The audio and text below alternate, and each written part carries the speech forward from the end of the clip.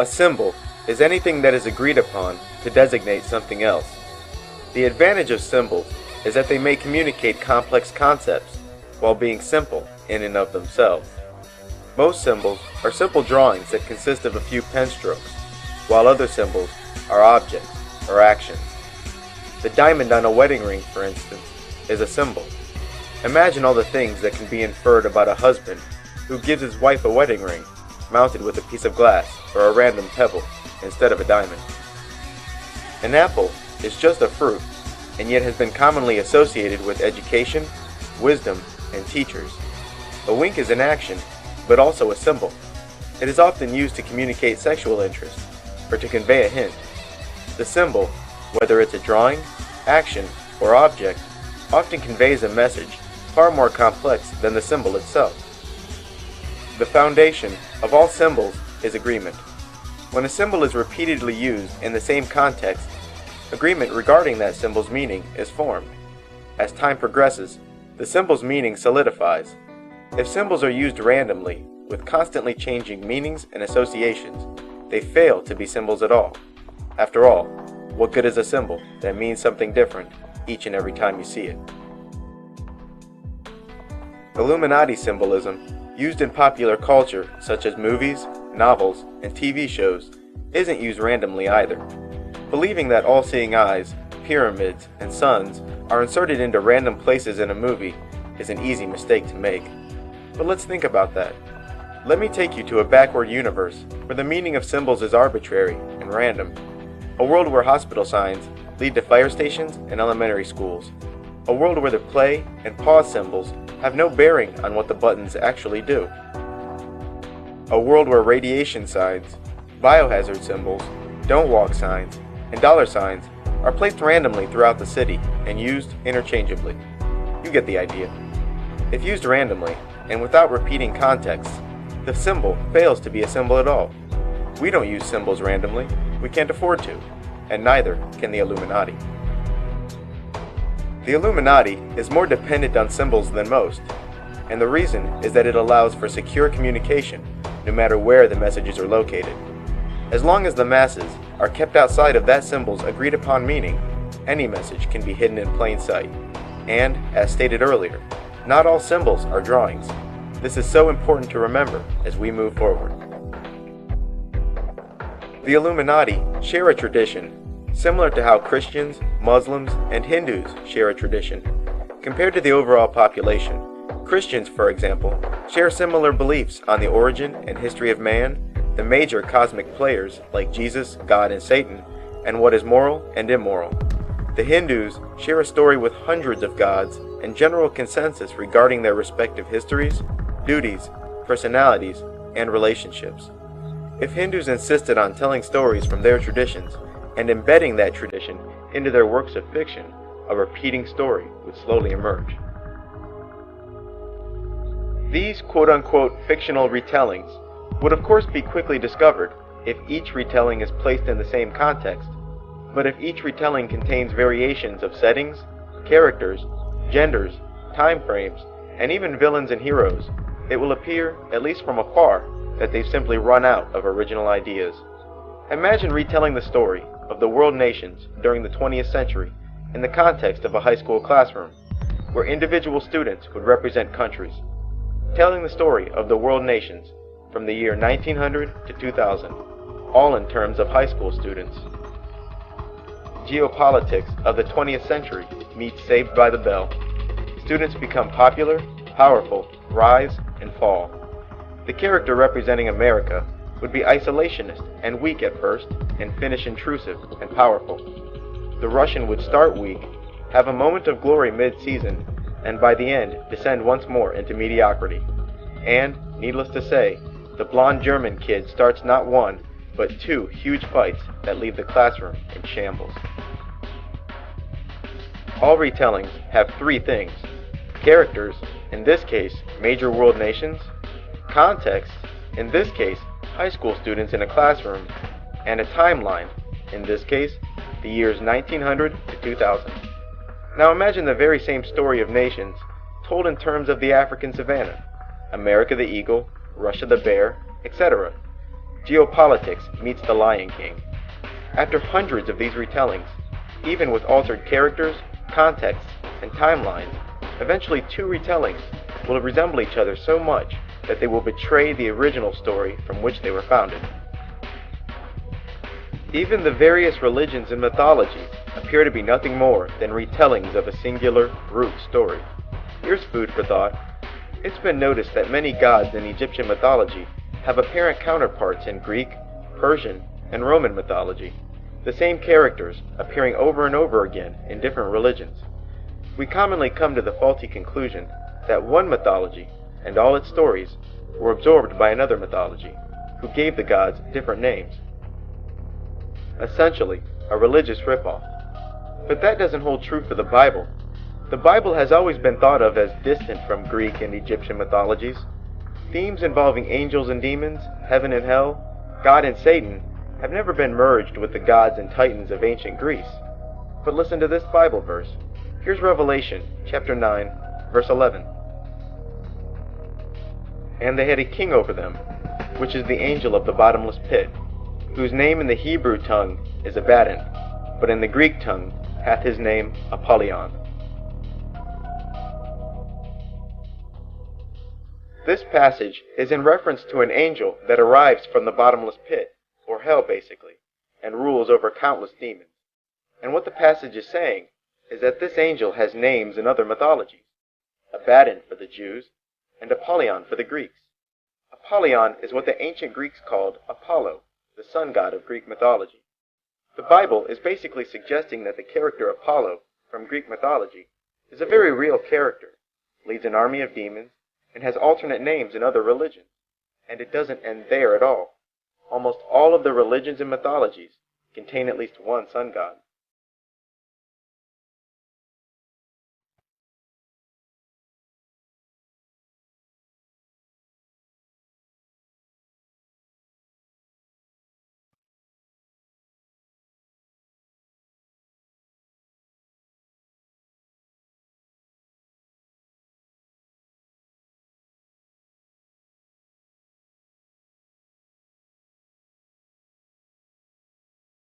The Illuminati only retell one kind of story, the story of the quote-unquote gods.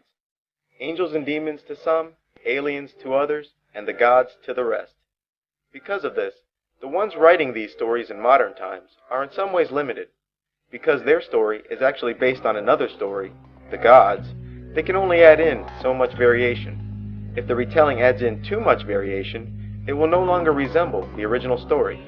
So how do they manage thousands of accurate and semi-accurate retellings, all while you're unaware? Symbols. Symbols are the key. And this is exactly why they, like us, can't afford to abuse them.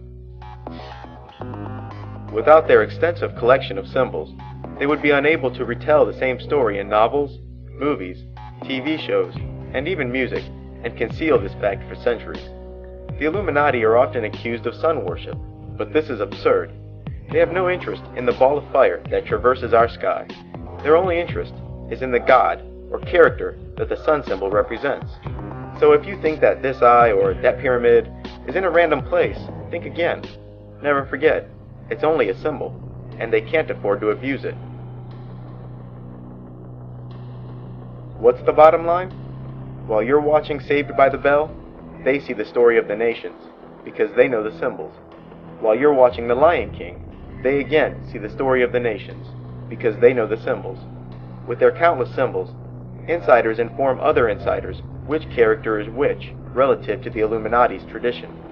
The Illuminati share detailed information on demons, spirits, angels, and aliens, beings who we, throughout the ages, have called the gods. But most importantly, they share detailed information regarding individual archangels and demons. This tradition also includes their respective histories with each other, personalities, agendas, abilities, lineages, and loyalties. To them, characters like Satan or Archangel Michael or Gabriel, for instance, are not distant and abstract, like they are to Christians, who are given very limited knowledge regarding these individuals. To the Illuminati, these characters are as tangible as politicians or celebrities are to us. Each of these gods has their own history, personalities, etc. But by lining up multiple retellings of these very same characters, and discovering the parts where they all agree, outsiders like us are capable of reconstructing bits and pieces of the Illuminati's inner teachings. Of course, only quote-unquote Hollywood insiders, forgive the expression, are writing these kinds of retellings. So naturally, you'll find repeating themes in stories written by a particular insider, but also a repeating theme occurring in the stories of several writers. Each writer, being bound to a single root story, the gods, can only change the point of view, context, and timeline. Further, it's okay if a different author writes a script for a sequel of a movie. Using the context and characters the first writer decided on, the new writer is likely to write the sequel similar to how the first writer would have. The sequel will be nothing more than the next segment in the timeline, using the same characters, contexts, and settings the first movie used. Sometimes in movies, things are said, or jokes are told, that seem to make no sense. It may have been a scene or joke intended to be understood only by the illuminated. Some jokes just aren't funny, and some scenes just don't make sense unless you're familiar with the symbols and the root story. If a certain writer in Hollywood writes an insider's retelling, it's altogether likely that much, if not all, of their other stories are retellings too. In this documentary, I'll be following the career of those Hollywood storytellers. Once again, it all starts with this movie, The Man Who Would Be King. The Man Who Would Be King was released in 1975 and stars Sean Connery and Michael Caine. It's a film about two Englishmen who hatch a plan to travel to a primitive nation and steal its wealth by claiming to be divine beings. They arrive and are initially met with hostility, but are mistaken for gods by the particular natives they encountered first. They become the immediate leaders of this tribe, and would lead the tribe to victory after victory as Danny sets out to conquer all the surrounding tribes.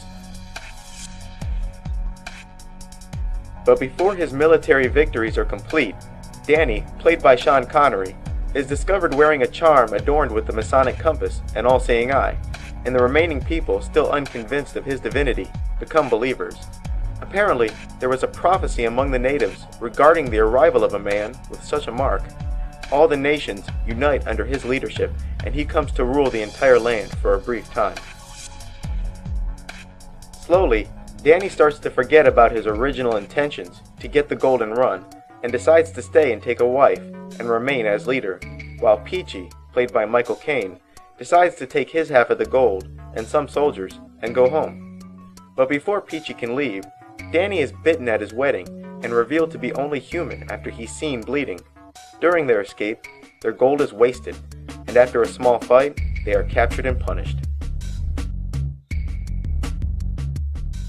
The short story that the movie is based on was written by a member of the Illuminati named Rudyard Kipling more than a century ago, and since the movie's release in 1975, this movie's storyline and concepts have been reused by other Illuminati insiders in Hollywood. From the outside, which is the same as not being familiar with the symbols, it appears that the following movies are blatant rip-offs of The Man Who Would Be King and each other, but maybe that's not what's happening. Maybe what's happening is that The Man Who Would Be King, many of the following movies, and countless others are all based on the same root story, and because of it, simply appear to rip off of each other.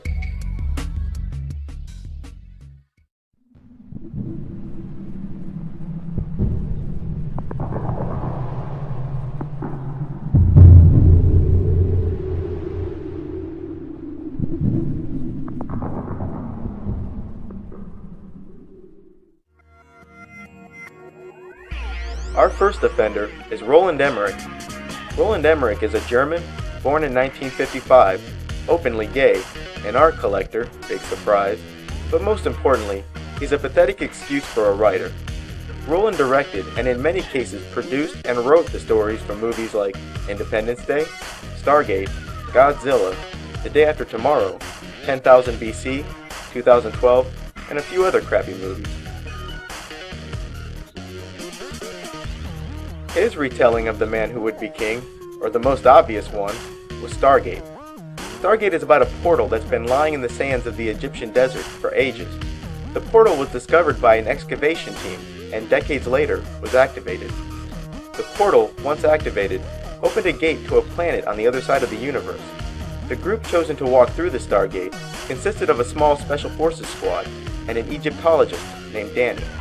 Similar to Danny from The Man Who Would Be King, Danny from Stargate is given a charm with an all-seeing eye on it just before departure. After walking through the Stargate, they arrive to a primitive land, whose locals take notice of Danny's amulet and mistake him for a divine being.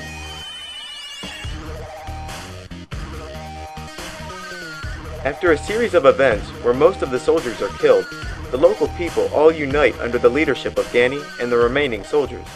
Eventually, the sun god Ra, the antagonist of the movie, is killed by Danny and Jack. Afterwards, Daniel decides to stay and take a local for a wife, rather than going home through the Stargate with Jack and the remaining soldiers. There are even some scenes in the movie that appear to deliberately draw from The Man Who Would Be King.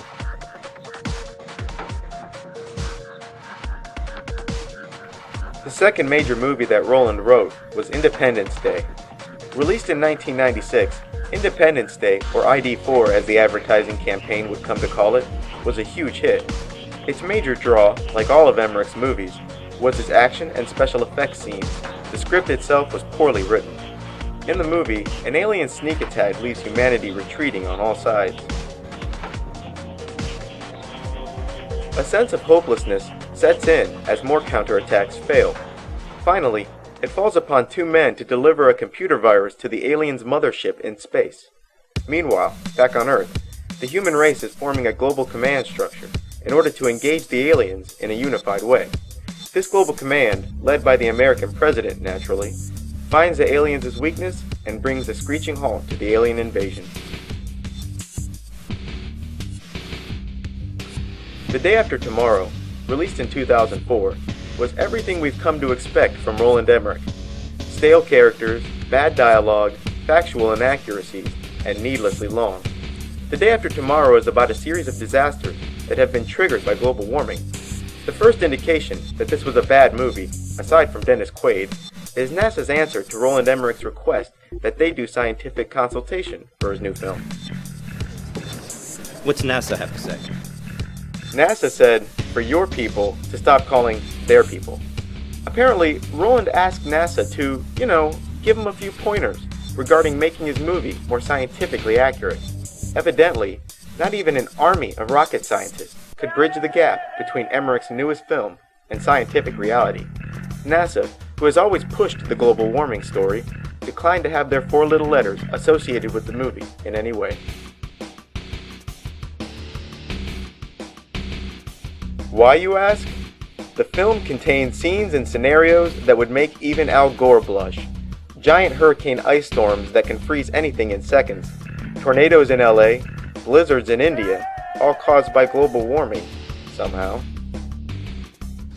Excuse me, when do you think this could happen, Professor? When? I don't know. Maybe in 100 years, maybe in 1,000, but what I... You heard him, folks. This global warming thing can kick in anytime. 1,000 years from now, 100 years from now, or even the day after tomorrow.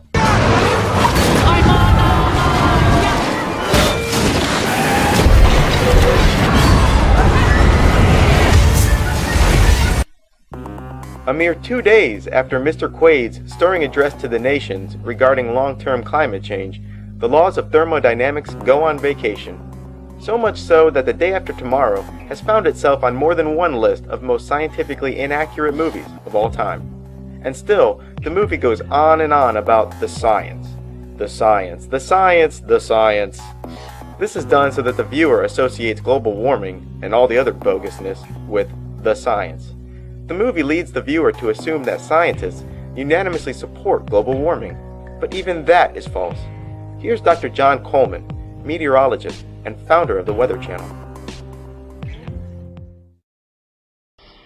My next guest wants to sue Al Gore for fraud. He hopes a legal challenge will settle the global warming debate once and for all. He's John Coleman, and he founded the Weather Channel. So, John, why do you want to sue Al Gore? Well, the deal is this, Greg. We have tried and tried and tried to get a debate on global warming with scientists on the other side. Al Gore or any of the scientists behind him over at the UN IPCC, we'd love to have a debate with them, but they say, oh no, the debate is over. Yeah. Well, now there are 30,000 of us. We have 30,000 scientists, 9,000 PhDs, who have signed up to debunk global warming. And they still won't listen to us. Now, you say in a lot of your writing that global warming is a scam. Why do you think that? Well, if you study all the papers of the Intergovernmental Panel on Climate Change, if you study everything their scientists have done, it all boils down to a claim that carbon dioxide, CO2 in the atmosphere, put there by our burning of fossil fuels, is going to turn the climate of Earth into an oven, and we're all going to bake and die. Well, that's sheer nonsense. We have burning fossil fuels for 100 years. And what have we done so far? We might have raised the temperature by 1/10 of 1 degree, maybe. Are you real concerned about this global warming? I'm only concerned about the incredible frenzy and hype for something that's a total myth. And how many billions of dollars apparently our governments are going to spend of our tax dollars to combat something that isn't real. That has my attention, believe me. As a scientist, I know that global warming doesn't really exist at all. Now, are you saying that there hasn't even been any warming of the... Well, there's absolutely natural climate fluctuations. We have little ice ages, we have warm-ups. Historically, the Earth has vacillated through all of these. Solar cycles change dramatically, ocean currents change, and all of that has a significant impact on climate. Well, doesn't that bring us to the point that Mr. Gore makes and many others, that science has spoken? There is a universal consensus among scientists. Well, if you look at the history of the IPCC, it was formed by people whose agendas were of question. And it was from people who had world government in mind. Roland Emmerich's next movie of interest is 10,000 BC. This movie too has traces of the man who would be king, a chosen one with a mark on his body who was prophesied to come and lead the people to victory and freedom. The movie is about a man named Delay, whose family and friends were captured by a group of raiders called the Four-Legged Demons. He sets out on a quest to reclaim his consort and people from the kidnappers. After a dangerous journey, he comes upon people who live under the same oppression of the very same villains responsible for the kidnapping of Delay's people. These people find a mark on him that designates him as a chosen one. Eventually, the warriors of the surrounding nations united under Delay's leadership. Delay would then lead a successful rebellion.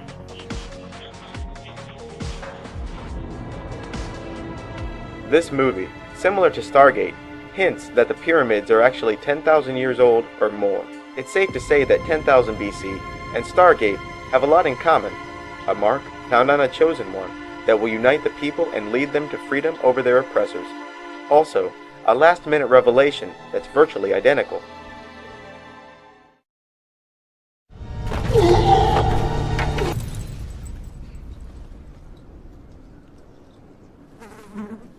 He is not a god! Give me my authority.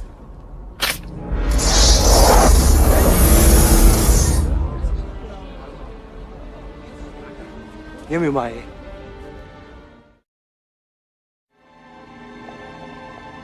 And lastly, we have Roland Emmerich's latest Fear Fest, 2012.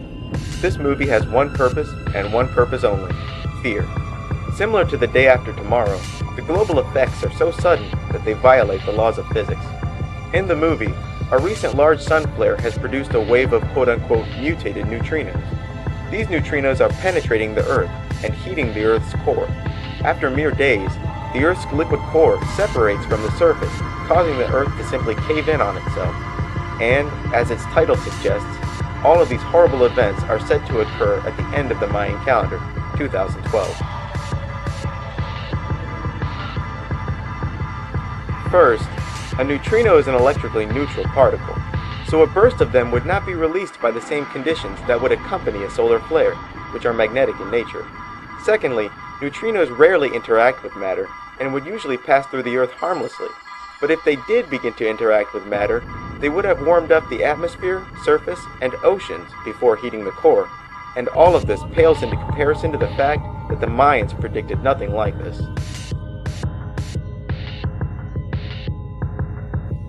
The movie 2012 and the disasters therein are all based on the end of the Mayan calendar, or the perception thereof.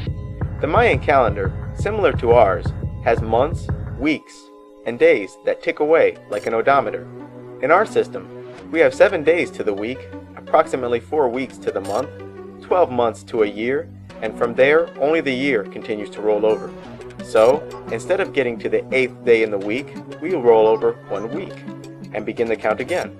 Instead of getting to the 5th week of the month, we roll over 1 month, and instead of getting to the 13th month of the year, we roll over 1 year. The Mayans have a similar system, but instead is based on the number 20, with one exception. In the Mayan system, after 20 days, the Mayans roll over 1 minal. After 18 minals, the Mayans roll over 1 tune. So 1 tune equals 18 minals equals 360 days, or approximately 1 year. After 20 tunes, or 20 years, they roll over 1 katun. After 20 katuns, or 394 years, they roll over 1 baktun. And after 20 baktuns, they roll over 1 piktun. December 22nd, 2012 will be the first day of the 14th baktun.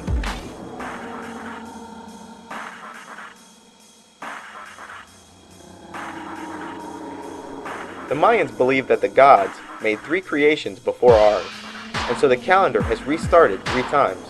The most recent of those creations ended at the beginning of the 14th baktun. However, those were admittedly failed universes, unlike the successful one that we are said to occupy. And since there are 20 baktuns in 1 piktun, the calendar keeps going. So the only thing that ends on December 21st, 2012 is the end of a 394-year cycle. But this is not the end of time, simply the rolling over of the odometer. It will simply be the end of the 13th baktun since creation, which started at 3114 BC. Which means that 2012 is no more significant than September of 1618, or March of 2407.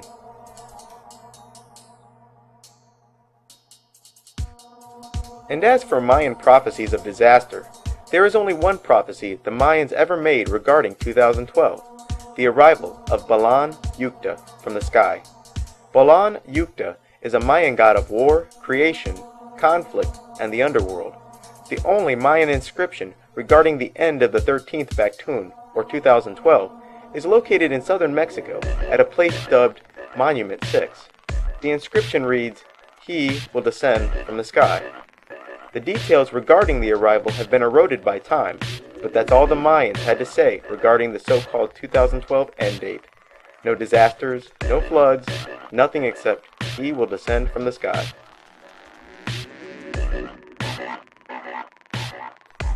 Further, it's clear that the Mayans by no means considered 2012 to be the end of time, because there are other Mayan inscriptions relating to events that are set to occur in the year 4772.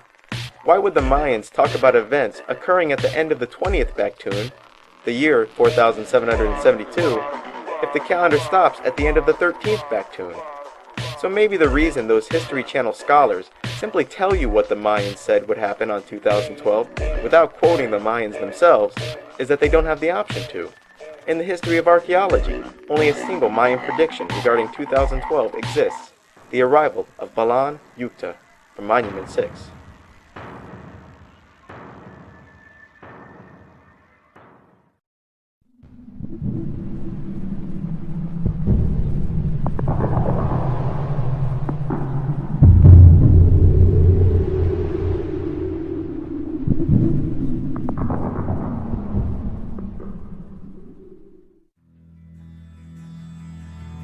Next we have writer and producer Terry Rossio and writer Ted Elliott. These two have worked as a pair on many hit movies. Some of the movies this pair has collaborated on are Aladdin, The Road to El Dorado, The Mask of Zorro, Shrek, National Treasure, The Book of Secrets, and all of the Pirates of the Caribbean movies. They even worked together with Roland Emmerich on his film, Godzilla. Didn't help much. This pair's Man Who Would Be King retelling is The Road to El Dorado. The Road to El Dorado is about two Spaniards named Michael and Tulio. At the beginning of the movie, they come to own a map to El Dorado, the lost city of gold. They end up as castaways, still in possession of the map. They hatch a plan to loot El Dorado of its gold, so they follow the map and eventually find El Dorado. Upon arrival, they are mistaken for gods, and just like the Man Who Would Be King, their arrival had been prophesied. A false miracle, the apparent halting of a volcano, seals the deal. They become the immediate rulers of El Dorado.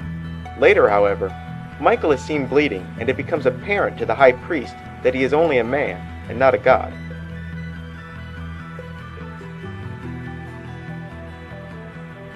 By the end, the two had separate plans. One intended on remaining with the primitive people as ruler, while the other, Tulio, intended on going home with his half of the gold. But before Tulio leaves, an old enemy catches up with them. During the panic of escape, the pair watch all their treasure wasted. The Road to El Dorado, even more than Stargate, has scenes that appear to deliberately draw from The Man Who Would Be King. Ted Elliott and Terry Rossio also wrote the stories for the Pirates of the Caribbean. In Part 2, Dead Man's Chest, Jack Sparrow, the central character of the movie series, has arrived by boat to a primitive island where he has been mistaken for a god. The natives decide to paint eyes on his face, symbolizing his divinity. Just another retelling, it appears. Ted Elliott and Terry Rossio also wrote National Treasure 2, The Book of Secrets. The first National Treasure movie is loaded with blatant Illuminati symbolism, but the second National Treasure movie is more subtle. And similar to Elliott's and Rossio's The Road to El Dorado, once again, the whole movie revolves around the location and plundering of the lost city of gold. The movie depicts the city of gold almost exactly as it was depicted in The Road to El Dorado.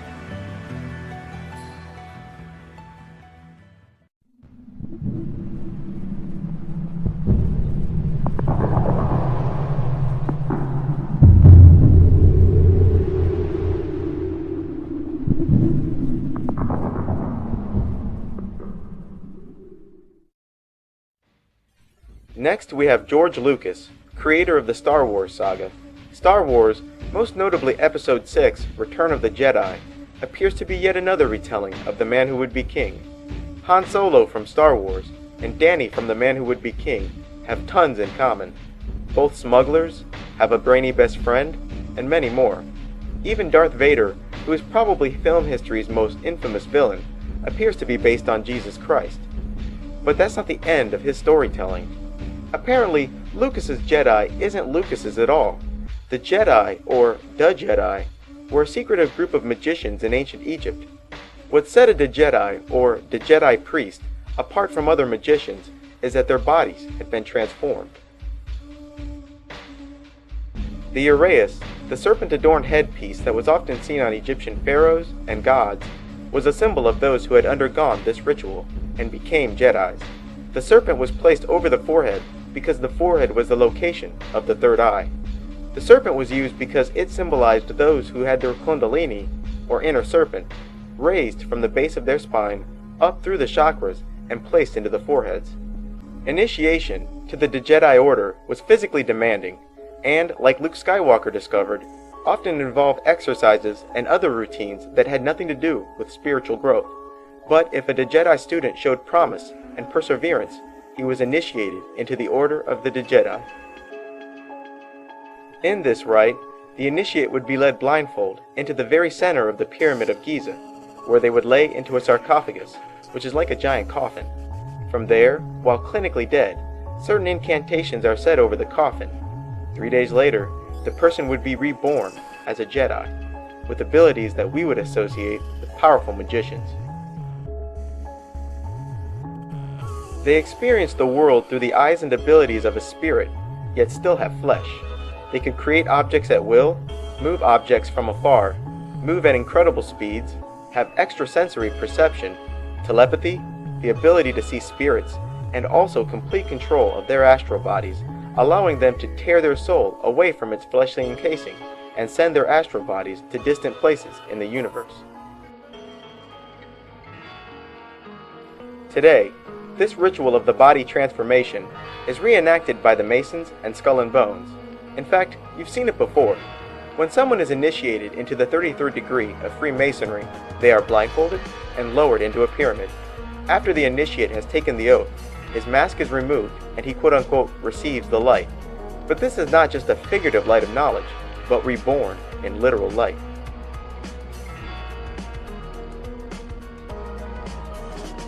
The film From Hell, starring Johnny Depp, is about an investigator who smokes opium to receive visions of the future and past. Against him is a series of murders perpetrated and concealed by the Freemasons, who occupy all the significant seats of power in 19th century London.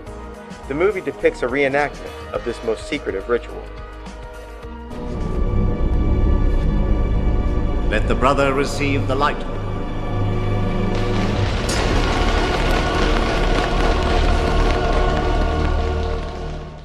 At Yale University's Skull and Bones, initiates are placed into a coffin where they reveal their deepest secrets and are afterwards told that they are reborn as bonesmen.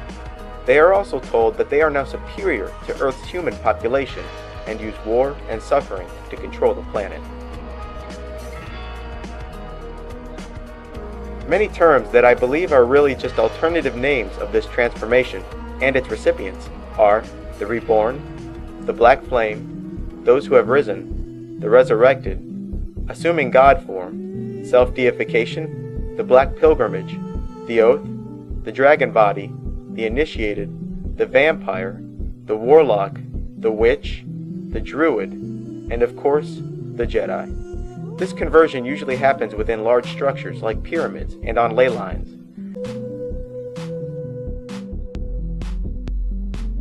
The Masons and the Illuminati have long used the phoenix in their symbolism. This is because the phoenix is a symbol of death and rebirth.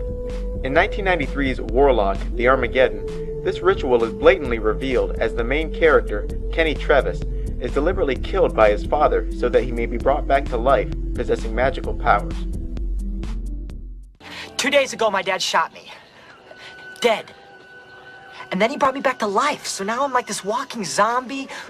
Like the phoenix rising from the ashes, the warrior rises from his own death. Then, his girlfriend, and daughter of the town preacher, insist on undergoing the same ritual so that she may fight at his side with similar abilities. I do. I have to be reborn. There's only one way. I know. Daddy, you have to help me.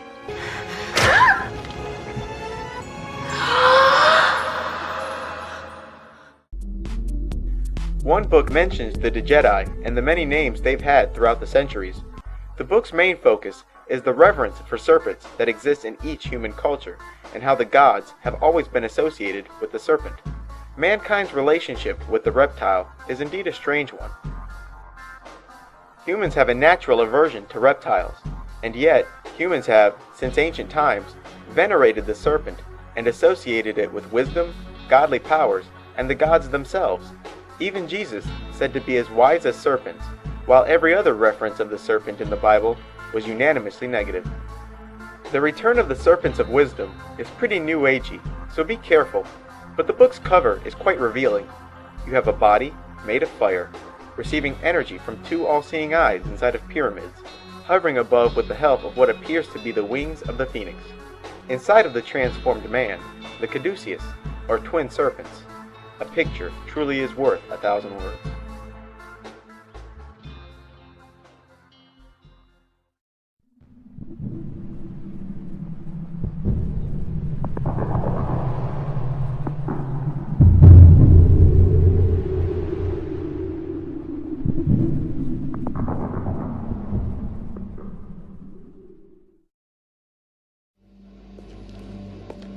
But here's another picture that's worth 1,000 words. It's a card from Steve Jackson's card game, Illuminati, the Game of Conspiracy. The card's name is Unmasked, and the caption below reads, "There is a secret of our cabal that even you of the 12th circle have not known until now." Now, to understand the magnitude of this card, you need a bit of context. Take a look at some of the other cards in Steve Jackson's game. This card game, whose final goal is world domination, was created by an admitted magician named Steve Jackson. In 1990, Steve Jackson's company was raided by the Secret Service, and 3 years later, he would create a website hosting company called Illuminati Online. In 1995, the card game was released, and later in 1999, George Bush's presidential campaign website was hosted by Steve Jackson's Illuminati Online. The game has hundreds of cards like this, and now that you have a taste of what those other cards must look like, ask yourself why Steve Jackson has a card for every person, method, technology, and organization the Illuminati have ever used, letting it all hang out with pyramids, all-seeing eyes, and 666 everywhere. And yet this card means seemingly nothing, and yet claims to show one of their cabal's most deepest secrets. That's because it does, my friends. So much so that even in Steve Jackson's shameless card game, he remains vague, so that only those who should know the card's meaning do know the card's meaning.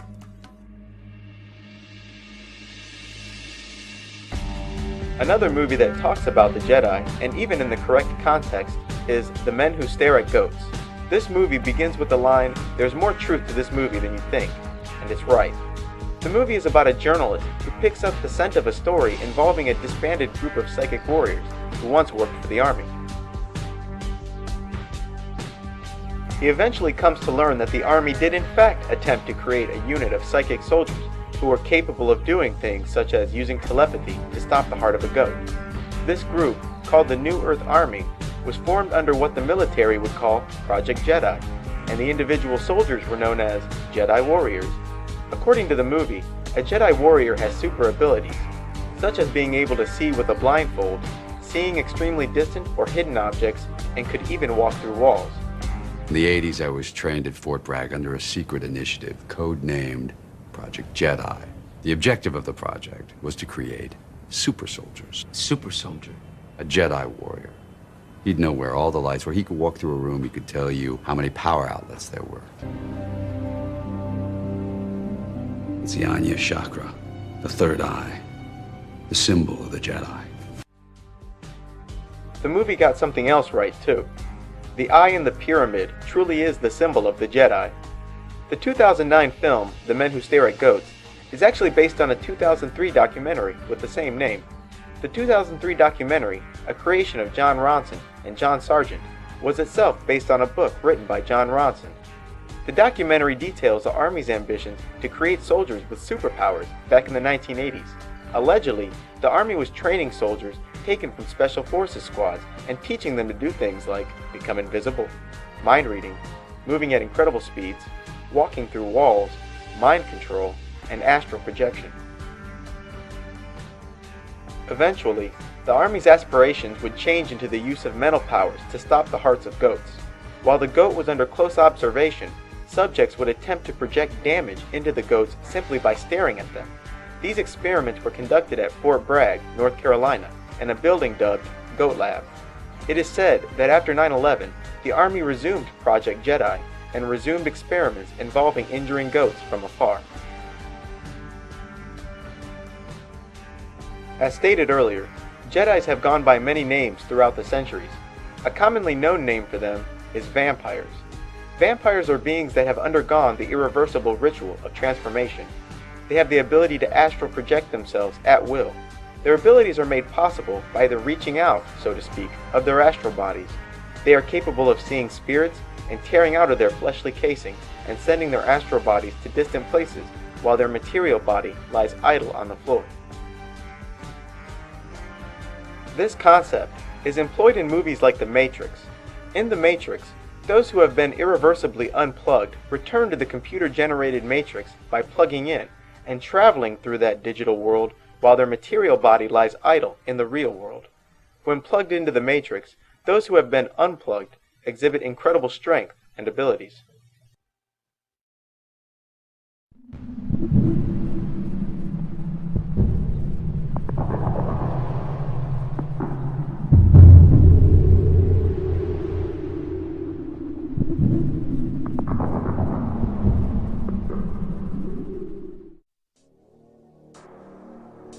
That brings us to Avatar.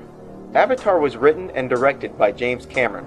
James Cameron wrote and directed movies such as Terminator 1 through 3, Titanic, Strange Days, The Abyss, and Aliens. In Avatar, people operate grown-from-scratch bodies called avatars remotely, while their real body lies idle in a large capsule. These avatar bodies are considerably stronger than human bodies and are capable of sensing the world in all the same ways. The movie is about a guy named Jake Sully and takes place in the year 2154. Jake is a handicapped ex-Marine now working for the RDA Corporation. Jake, and many others in the employ of the RDA Corporation, have traveled from Earth to Pandora, which is a moon of a distant planet. The corporation intends on mining a rare and extremely valuable mineral found on Pandora called unobtainium. The natives of Pandora are a primitive, blue-colored people called the Na'vi. The Na'vi have no intention of allowing outsiders to mine their land, and have firmly established their willingness to resist, even with primitive weapons. So Jake was selected to operate an avatar body, which is exactly like the bodies of Pandora's natives, and infiltrate their community. His mission was to gain information regarding their land, defenses, and most importantly, their sacred tree, which stands directly above a huge deposit of unobtainium.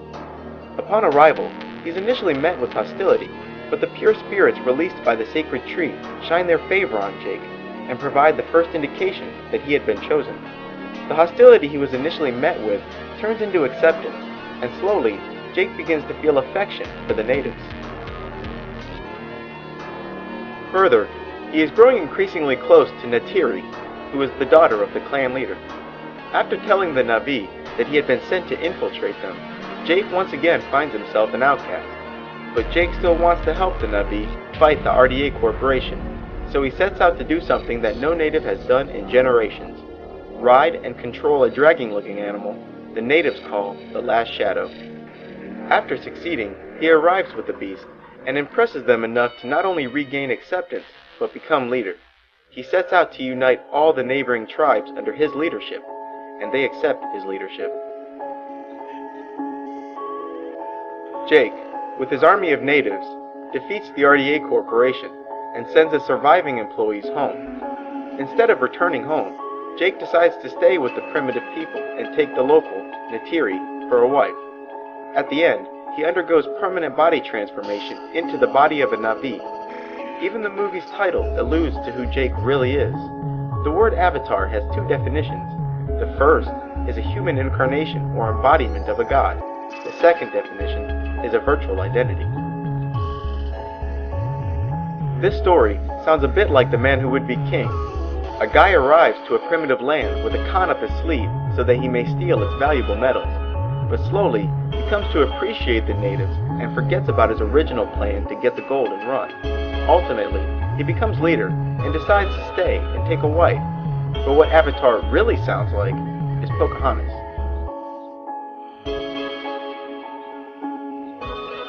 In Pocahontas, privateers of the Virginia Company are arriving to the east coast of America from England in search of gold.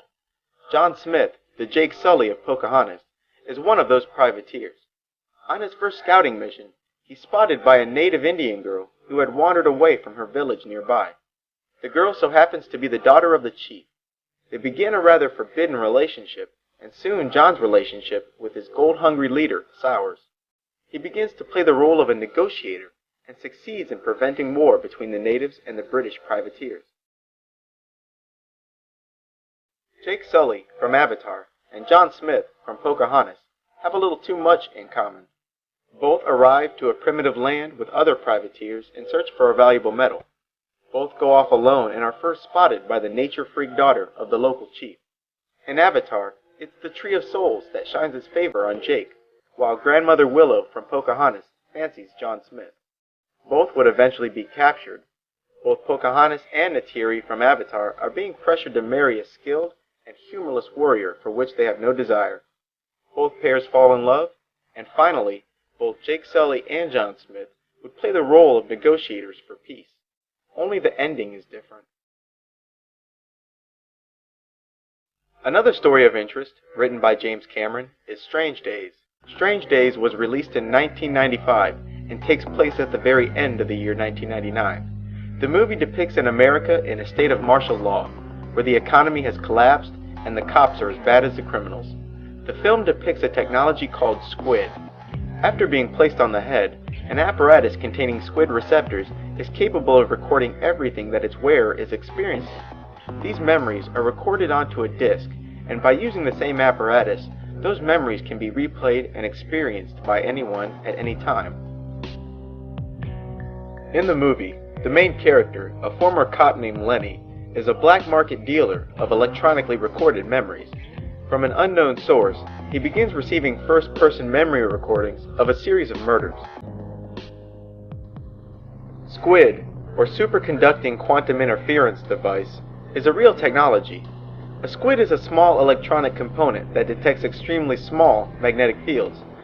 Most of the squid's real-world applications have yet to be discovered, but already this device has found scientific application. It turns out that biological organisms create weak magnetic fields, which makes the squid perfect for monitoring neural activity, which is electric in nature. Also, because of its sensitivity, squid can be used in MRI machines that don't have to expose the body to the powerful magnetic field that current MRI machines use. James Cameron also wrote the first 3 Terminator films and directed the first 2. The Terminator series certainly has a chosen one feel to it.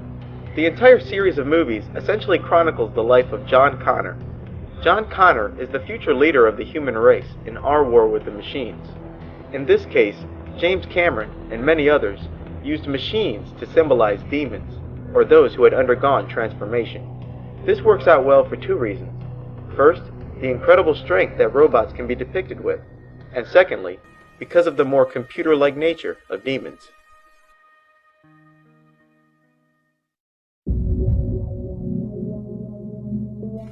Most of us are familiar with the theme of a devilish version of oneself sitting on one shoulder while their angelic copy is sitting on the other. Each person is assigned both a demon counterpart and an angelic counterpart. The demon counterpart whispers dark thoughts into the mind, encouraging it to do evil, while the angelic counterpart, or guardian angel, encourages you to do righteous things and protects you from things unseen. A movie that uses this concept of a demon counterpart is The Golden Compass. There are many universes and many Earths parallel to each other.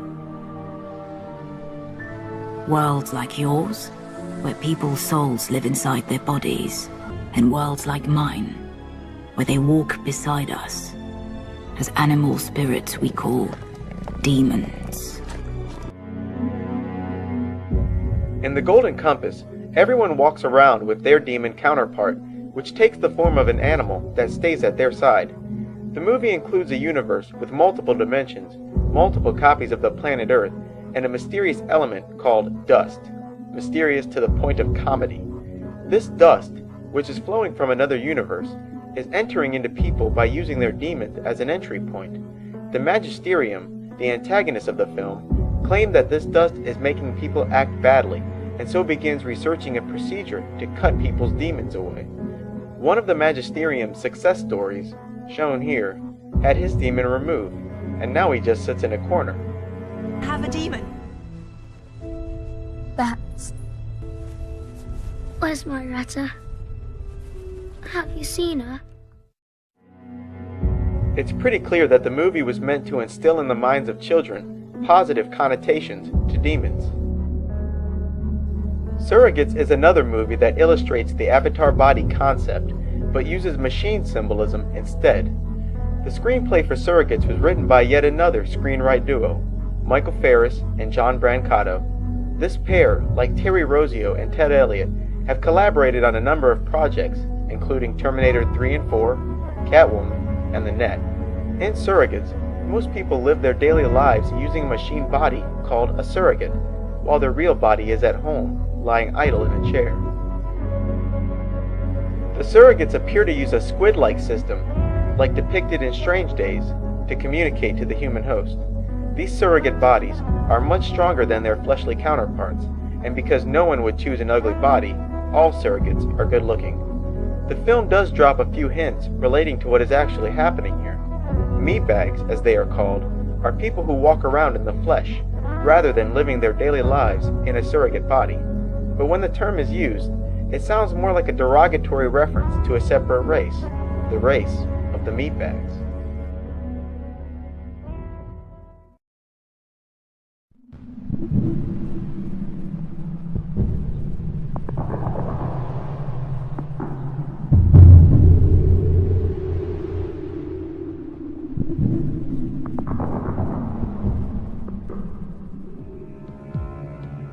Water, or being thrown in water, is often symbolic for death, and because body transformation requires clinical death, coming out of the water is symbolic for undergoing transformation, or coming back from the dead.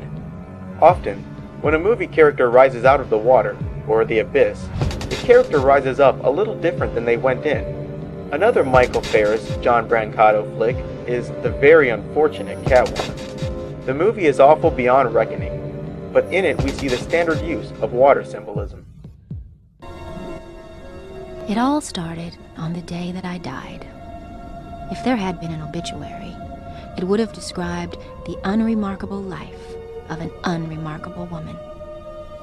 You died, but you were reborn.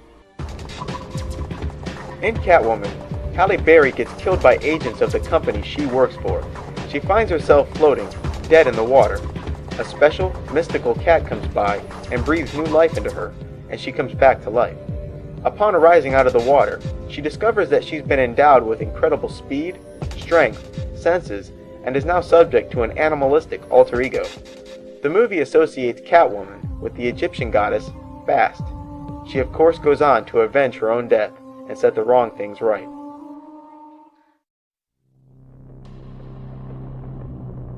But the award for the most barefaced use of water symbolism for body transformation goes to Constantine.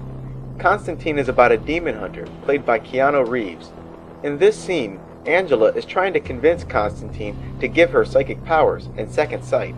He warns her that this request is irreversible and that she will forever see spirits, and they will see her. He goes about putting her in a tub of water and telling her that she must be completely submerged for her to be transformed. When she asks how long she'll be underwater, his reply is, as long as it takes.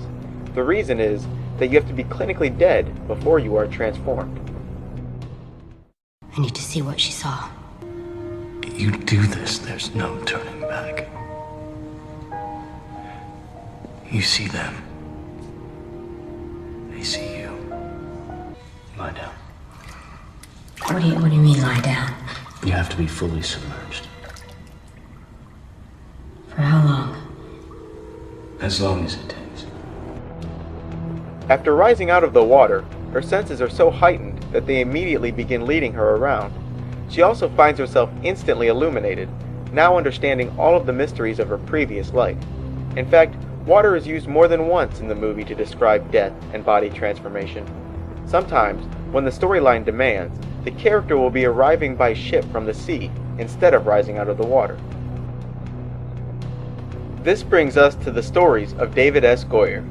David Goyer has written the story for movies such as The Puppet Masters, Blade 1 through 3, Batman Begins, The Dark Knight, The Unborn, and contributed to Jumper. I have already discussed symbolism in Batman in previous documentaries. I've also reviewed symbolism in David Goyer's Blade series, so I'll keep it short by pointing out this single, relevant scene from Blade Trinity. In this scene, Dagon, or Dracula, is shown disappearing from the world.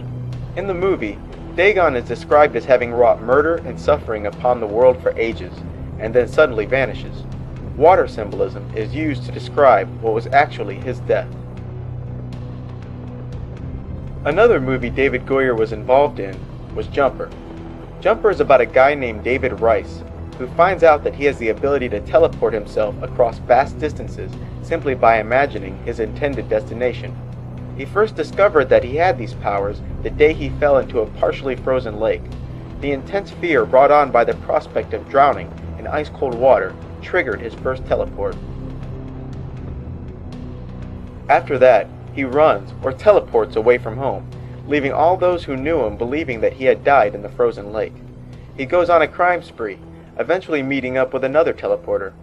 Then there's a Luke Skywalker moment where he finds out that his mother is a big cheese in a group that hunts jumpers just like him. What's important here is the use of water symbolism, going underwater and coming out with extra abilities. In the movie, the character doesn't actually die, but the writers dropped hints about what has actually happened by having all the townspeople thinking that David had died in the lake. Another David Goyer movie is The Crow, City of Angels. The Crow, City of Angels is about a guy named Ash, who along with his son are murdered for witnessing a crime. Both are thrown into the water, but while there, Ash comes back to life and rises out of the water with incredible strength, speed, and a body that's impossible to kill. After a brief freakout caused by finding out that he had been killed, he goes on to avenge his own death by killing one criminal after another, working his way up to the man ultimately responsible for his and his son's death. Finally, you have David Goyer's Unborn. The Unborn contains the standard symbolism you'd expect from any insider story. Similar to The Man Who Would Be King and Stargate, The Unborn includes a charm adorned with the all-seeing eye that was given for a source of protection. This is known as the Eye of Horus. The Eye of Horus, or the Wadjet, is an Egyptian symbol of protection. The Wadjet was commonly associated with the Egyptian goddesses Bast, Hathor, and Sekhmet. Sekhmet, who is also known as the Eye of Ra, was typically spoke of as an ultimate weapon.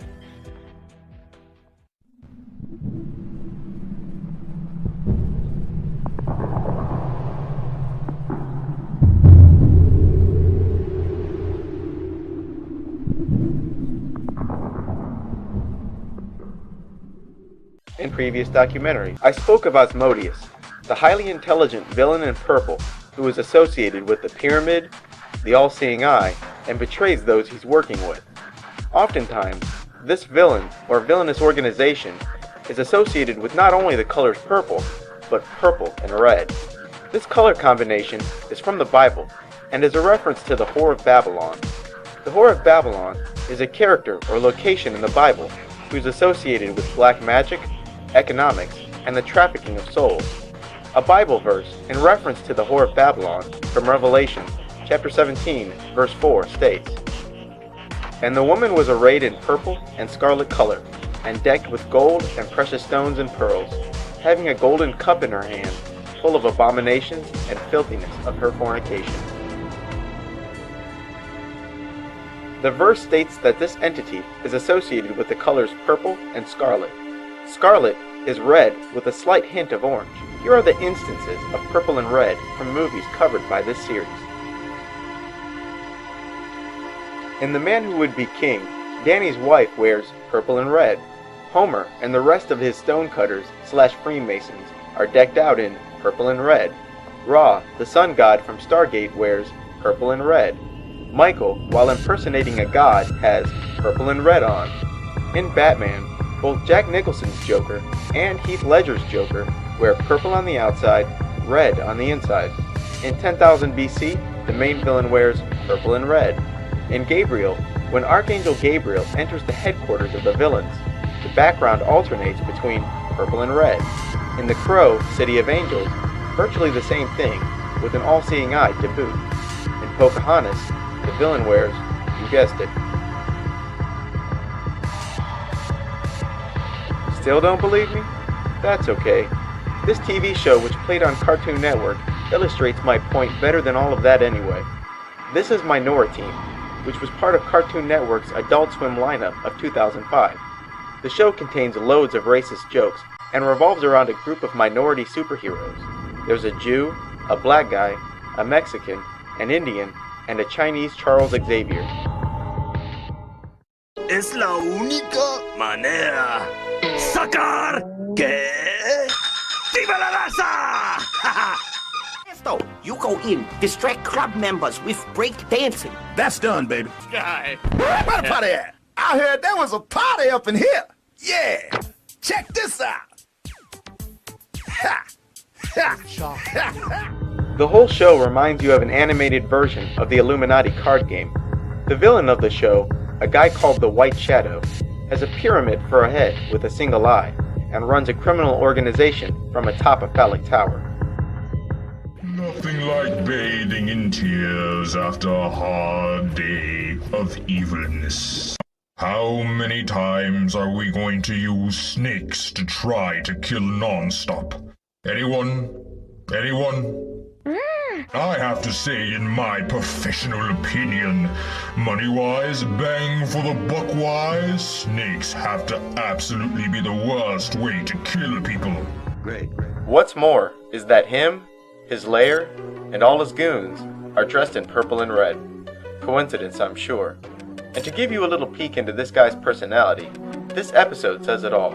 In this episode, the White Shadow successfully dispatched the minority and had the heroes captive on a far-off planet. But in their absence, the White Shadow becomes bored, so he uses his own spaceship to rescue his enemies, just so he'll have someone to fight.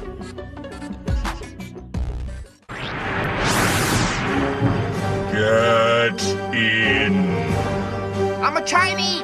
You're not liking me, remember? Minority team, get in the freaking ship now. Another reoccurring character is the Lady in Red. The Lady in Red has always represented an infinitely alluring seductress. Her name is Venus. Her general characteristics are as follows. May show an act of loyalty to the main character, and may have been placed in his way just to seduce and manipulate him.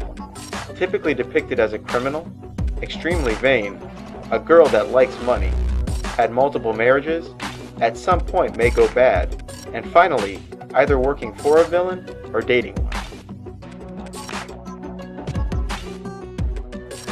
Even though it has no value regarding Illuminati symbolism, the movie The Woman in Red is still worth mentioning. The Woman in Red is about a loser, played by Gene Wilder, who becomes infatuated with the woman in red.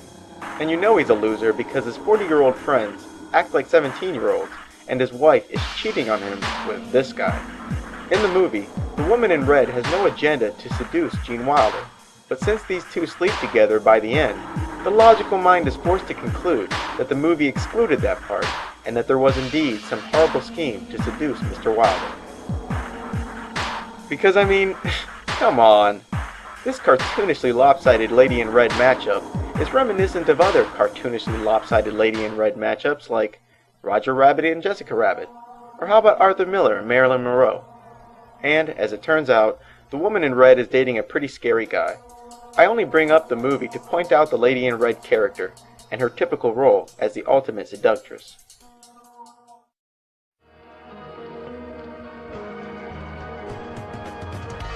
A more relevant example of the typical Lady in Red character can be found in the new Sherlock Holmes movie. In the movie, a character named Irene Adler, first seen in a red dress, has been charged with the task of seducing Sherlock Holmes. This job was bestowed upon her by the ultimate villain in the next Sherlock Holmes movie. She is almost a prototypical Lady in Red. She shows an act of loyalty to the main character, was sent to seduce him, described as a criminal with multiple marriages, and was working for a villainous figure. At the beginning of Sherlock Holmes, Detective Holmes is arriving to a prison where a prisoner, Lord Blackwood, the movie's antagonist, is about to be executed.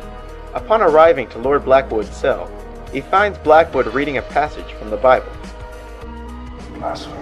They worship the dragon which gave power unto the beast, and they worship the beast, saying, Who is like unto the beast? The beast which I saw was like unto a leopard. The passage Lord Blackwood is reading from is from the Book of Revelation, and gives us our first clue as to the identity of the two characters currently on screen. This part of the Bible describes two beasts that will arrive at the end times. The first is a beast which will rise out of the sea. Afterwards, a second beast rises out of the earth. The second beast, the beast of the earth, uses a series of false miracles to make the entire world worship both beasts. The first beast, Sherlock Holmes, would end up being a hero for neutralizing Blackwood twice, and the second beast, Lord Blackwood, along with what is obviously the Freemasons, would attempt to use a series of false miracles to convince others that he had divine power. As the movie comes to a close, it becomes clear that Blackwood actually wanted an alliance with Sherlock Holmes. After his resurrection, Blackwood perpetrates a series of murders that leaves Sherlock Holmes baffled, so the detective turns to more unorthodox means to solve the case. He goes about doing a ritual that will give him insights that will help him solve the case, and by the next morning, he finds himself illuminated to not only the nature of the case, but things involving ancient history as well.